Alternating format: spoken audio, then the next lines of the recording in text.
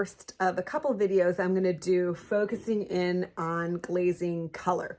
Now, this I think actually is the hardest part of this Mische technique, the 3-color Mische technique. Once you kind of get the idea for what the background, or I'm sorry, the underpainting is doing, then you can kind of just do it. It makes sense, right? It takes a minute to retool your brain of like, oh, I am painting highlights, not shadows. Because so many of us, we're given a, black pencil and told to shade in the shadow. And by shading in the shadow, you get the highlights to appear on a white piece of paper, right? Like that's how many of us start to draw from, time immemorial in our own lives. And once you kind of get the idea of like, oh, I am using a white paint on a dark background. And so I'm literally just doing the opposite of that. Like you can kind of like figure it out, right? But color is actually complex, and glazing on color is rather difficult, if I'm going to be perfectly honest. And it's not formulaic. And while there's some kind of general themes that really help you out, it's one of those things that you just have to kind of do, and you have to get it into your bones. And so the first couple times you do it, it's just going to feel like, what am I doing? Am I overdoing it? Am I doing too much? Am I doing too little? Like, have I not done enough? There's, did I just mess all of this up? Did I just wipe out all that work I did in my underpainting? The questions just really keep coming. And I've gotten a lot of these questions from my students that like, once they get to this point where I am at this painting and I'm about to start glazing color, they freeze up. Because I mean, let's be real, this looks great, and you're like, I'm done, but you're not. Because the original idea was a color painting, right? It wasn't this kind of weird, beautiful, opalescent, silvery painting. If it was, it'd be a whole different picture, but it wasn't. It was something in color. And so how do we get over that hump? And so this is going to be the first of a couple videos that are going to really kind of dive into the nitty gritty of how do you color glaze. And I have several other videos on this, but it's one of those things that just really, I can't say it in too many different ways, because every painting is going to kind of offer you slightly different problems that you need to come up with different solutions for. And again, while there's kind of overarching ideas that do work in all of these scenarios, it still needs to be kind of a case by case. So hopefully this is going to be helpful. And let me know what you think in the comments. I write a Substack where I actually go into detail about what my paintings are about, which I don't really talk too much on this channel. So if that's interesting to you, hit the link below, sign up. I really do all my content for free, and I'm just happy to have you along if you want to be there. So excited to get into the rest of the video. Let's dive in. So to begin with, I wanted to just share some actually creating the color glaze for the first part of this, what I'm going to do. So we're going to make the glaze for the elephant head. And I've got some white, some Payne's gray, some sepia, and some iridescent blue or turquoise, iridescent turquoise. And this is all oil paint, of course. And liquid is my medium of choice. So I am creating a real glaze here. I'm thinking of this, and you can even see what it looks like against the white of the palette paper. This is like you're creating a stained glass window color. Like you don't want to have the actual paint on the palette thick. Like you want that to be just as thin on some level, right? Look at that, as what you're about to apply. Because if you make a big gloopy thing of paint, right, you're going to have to thin it way out with the liquid anyway. So just mix the glaze as a glaze. You don't need to mix it as a big glop of paint and then, glaze from there. It's much easier just to do it this way, and then you can just keep it as a glaze as you continue to mix it. And then you're going to take that color you've created, which is a lovely gray color, and in this case, and I am just glazing right on top of what I painted. And you can see real fast that there it is. There is your underpainting shining through in all of its glory. And now it's got a kiss of color on top of it. So you can see the colors and the layers shining through underneath. What I love especially about using this kind of 3-color Mische technique is that red from the initial underpainting comes through and makes this incredible kind of inner luminescence that most living things have. Right? And so if you're painting something with,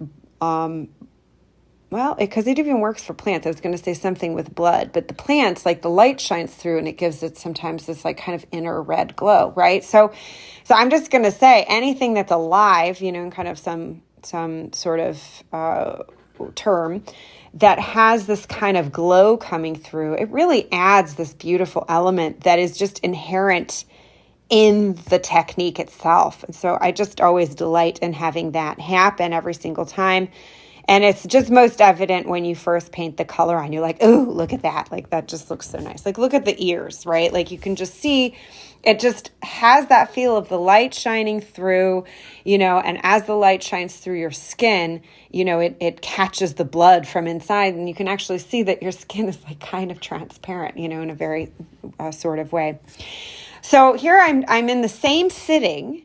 Now I painted the that whole gray on the whole face in that one color. And now with the same paints that I already have on my palette, I'm going back and I just added a touch more sepia and a touch more paints to get a darker gray. I'm going back in and I'm doing a bit of shadow work here. So while this is the first color glaze, there's nothing that's stopping you from doing a bit of highlight and shadow. Now, the nice thing is that I had time to do this in this sitting. But if you don't have time, which I'll show you in a minute here, if you don't have time, you're just welcome to do that one color glaze and come back to it later. So this is almost, I think of it almost as like an alla prima painting technique, but with glazes. And so I've done this quite a bit on some of my paintings, and I talk about this in some of my other videos, where if you have the time, you can do the color glaze, the first color glaze, while it's wet. You go back in with some shadow. You can even go back in with a bit of highlight if you want to. And so that first color glaze has already some of that shadow and highlight built into it. And so it's just kind of a nice hack that it speeds up the process just a smidge. You can get all of this done in one sitting. Then, in a little way, you're ahead of the game. But if you can't, as we'll see in just a minute when I move on to the body at the end of this video, towards the end of this video, you're not really losing anything. It's not like the technique requires this of you, or like alla prima painting, like you have to sit there and you have to do all of it at once, and in a way, right? Not exactly, but you know what I mean. And so this is just kind of like a nice added perk if you've got the time to go back and kind of add these extra details. And you can see I'm not being super fussy with this, right? I'm just kind of getting in there. I'm just making sure, I'm looking at my reference. Always, always, always look at your reference. Don't just assume that because you have your underpainting correct that you now know what's going on. You don't. Always look at your reference. It really helps to retrain your eye every single time when you're looking at what you're trying to paint, because it will just, be exponentially better if you have your reference in front of you all the time. So I'm looking at my reference. I'm seeing where kind of where some shadows are. I'm getting into there, but I'm not, you can see that I'm not being super precious at this stage. I'm getting in the shadow, but rather quickly. This is a wet glaze, and I'm painting even more wetness into it, if you will. Now, a trick here is to not use as much medium with this darker glaze within the medium color glaze as you would when you started, right? Because there's a ton of medium in here already. So if you add more medium, it's not going to, it doesn't do anything, right? So you don't need as much medium. You need a little just to kind of lubricate the paint and to make sure it's thin enough that you're not just painting in like a thick, dark color into the glaze, but you're not going to use as much, right? So here's one of those things where you're just going to feel it and kind of feel it out as you're working. And if there's too much glaze, reduce. If there's too little glaze, you can kind of, dab it up a bit more and, keep working that way. Okay, so that's one way of doing it. Here's going to be the second way. Now we're going to paint the glaze on the body. And I decided her body is going to be red. And so I did 3 colors here. Permanent rose, Venetian red, and a very bright red there. And so I'm mixing those 3 together because I want something that is kind of blood colored, honestly. And here we go. So same kind of thing, right? I'm making sure that it's thin enough. I have enough paint there, but it's thin enough that when I go onto my canvas, I'm not just putting a big glop of paint there. Like, I need to be able to see through it. Now, red is an interesting color. I have an entire video on how to glaze bright colors like this. It is not going to go on looking bright, and you'll see. You're going to be like, what? This isn't red. This is some weird brown color. Yes, that's true. You're going to have to play with this kind of glaze a bit more. Like the gray looks great already. One and done almost with the medium tone. But the red needs a bit more finessing. Not in a different way. You'll see. Like you need to just add that red, like brighter red, richer red, darker red. You're going to have to play with the color a little bit more. Again, I have an entire video where I did a giant red fabric on one of my paintings and talk in detail about what glazing red is like. So we're just going to kind of get in this base layer. But you can see that as you're coloring it, as you're covering all of the spots that need to be covered in this color, it doesn't look half bad. It's just not what you expect, right? And as you layer these glazes on, and you're not really going to do anything too much different. It's just like how, what the shadow color is versus, what your harmonizing glaze is, et cetera, et cetera. As you layer it on, it's going to get more and more chromatically rich, but this first layer of glaze is your foundation no matter what. So don't be taken too much aback when it doesn't feel as red. And that doesn't mean you put more red paint on it because you have to see your underpainting through no matter what you do, right? So that is your a dark color, a bright color. You always have to see your underpainting through very clearly.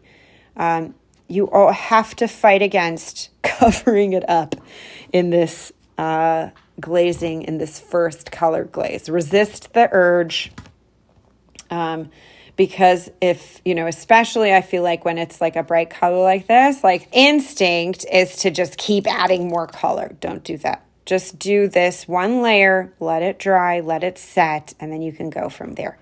And so you got to keep it you have to keep it glazy. You got to keep it light. And as you can see, it's taking real form, right? There's highlight, there's shadow, there's volume.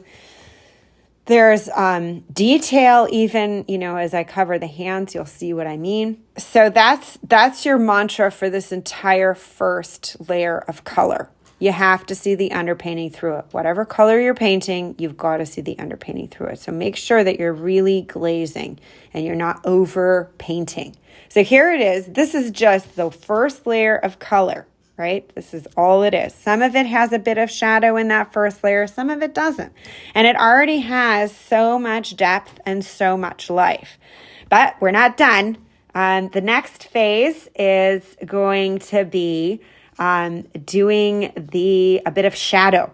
But we really came far with this. Resist putting too much color in there because as you see, there's already enough. So thank you so much for being here. Can't wait to share with you the next video and step 2 of this process. And like, subscribe, and share. See you soon.